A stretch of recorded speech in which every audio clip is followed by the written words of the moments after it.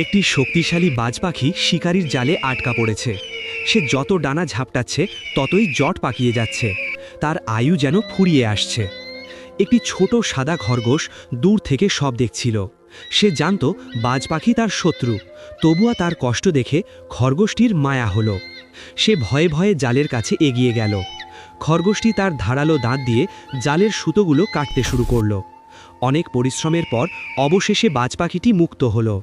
কিন্তু মুক্তর পর বাজ পাখিটি একটি ধন্যবাদ পর্যন্ত দিল না, বরং সে উদ্ধতভাবে আকাশে উড়ে গেল, যেন খরগোশের কোনো দামই নেই তার কাছে।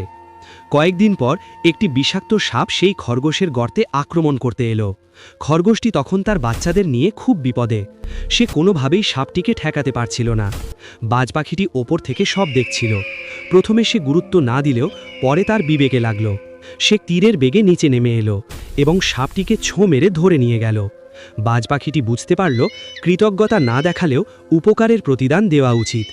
বনের দুই চিরশত্রু আজ পরম বন্ধুতে পরিণত হলো।